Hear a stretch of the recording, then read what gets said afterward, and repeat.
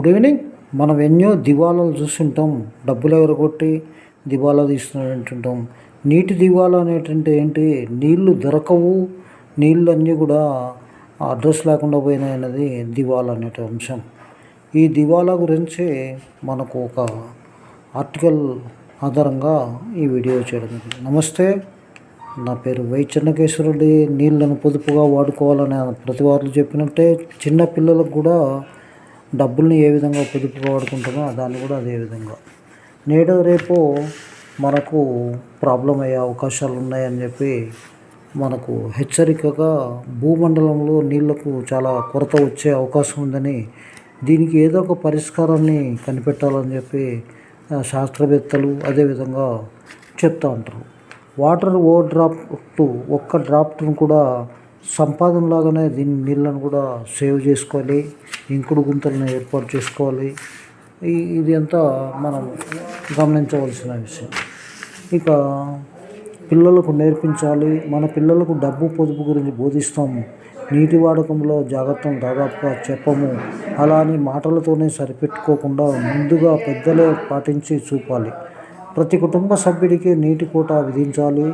స్నానానికి ఒక బకెట్ మించి వాడటానికి వీల్లేదని నియమం పెట్టాలి. అవసరమైన మేరకు గ్లాసులో నీళ్ళు నింపుకొని తాగడం అలవాటు చేయాలి. చెట్లను పెంచాలి. ధారాళంగా వర్షం కురిసిన ప్రతిసారి ప్రతి భారీ వృక్షం దాదాపుగా 15,000 లీటర్ల నీటిని తన ద్వారా భూగర్భానికి చేరుస్తుందని అంచనా. మనం నాటే ప్రతి మొక్క రేపటి తరాలని నీటి గర్భం నుంచి కాపాడే కల్పతరువు. అలా అని మొక్కలు నాటడంతో బాధ్యత తిరిగిపోదు, వాటిని సంరక్షించుకోవాలని పెద్దలు చెప్పారు. అనేక నగరపాలక సంస్థలు తీవ్రమైన నీటి కొరత కారణంగా పలానా రోజున కుళాయి నీళ్లు సరఫరా చేయలేకపోతున్నామంటూ తరచూ జీరో డేలను ప్రకటిస్తున్నాయి. పర్యావరణంలో భాగమే నీరు పర్యావరణం వేరు కాదు. నీటిని కాపాడుకుంటే పర్యావరణాన్ని రక్షించుకోవాలి. గ్లోబల్ వార్మింగ్ కారణంగా భూగోళం పెరుగులా వేడెక్కిపోతుంది.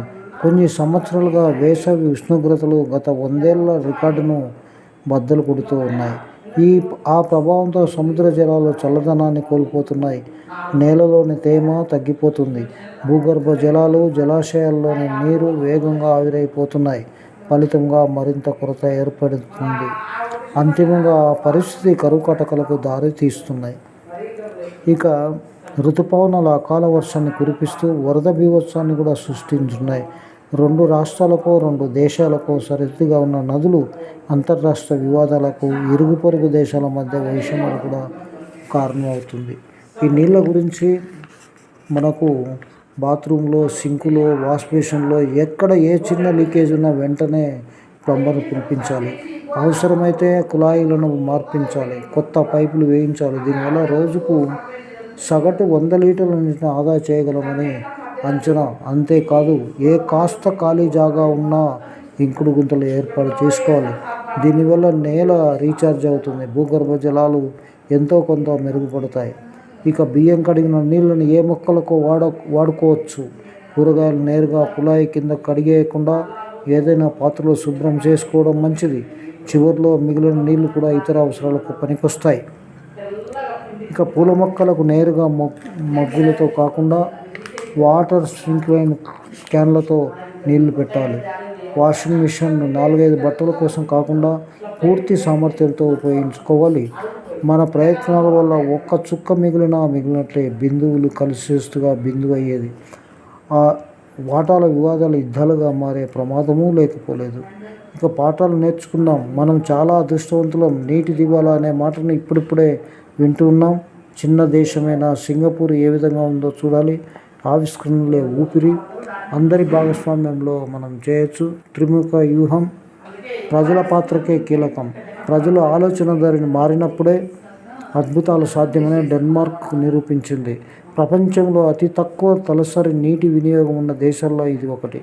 వ్యవసాయంలో రసాయన ఎరువులు, క్రిమిసంహార వాడకాన్ని సమర్థవంతంగా నియంత్రించి భూగర్భ జలాలను కాపాడుకుంటుంది. వృధా నీటితో విద్యుత్ ఉత్పత్తి చేస్తుంది. ప్రపంచానికి నీటి పొదుపు రాయబారిగా వ్యవహరిస్తుంది.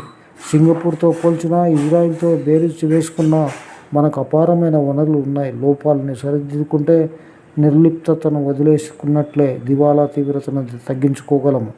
ప్రకృతి చాలా ఉదారమైంది. కుప్పకూలిన వృక్షానికి కూడా మళ్ళీ చిగురించే అవకాశం ఇస్తుంది. అలాంటిది అడుగంటిన నీటికి ఉభయం ఇవ్వకపోగా, కాకపోతే మానవ ప్రయత్నం అంటూ జరగాలి. అందులో చిత్తశుద్ధి ఉండాలి. ఆవిష్కరణలే ఇది మనకు నీటికి సంబంధించినటువంటి విషయాలు. అదే పర్యావరణానికి దెబ్బ జరగకుండా ఉండాలంటే, పర్యావరణం విధ్వంసం కాకుండా ఉండాలంటే చెట్లు నాటి, చెట్లు నీళ్ళను పీల్చుకొని తర్వాత మళ్ళీ మనకు భూగర్భంలో ఇంకే అవకాశాలు కూడా కనిపిస్తాయి. నమస్తే. Thank you very much.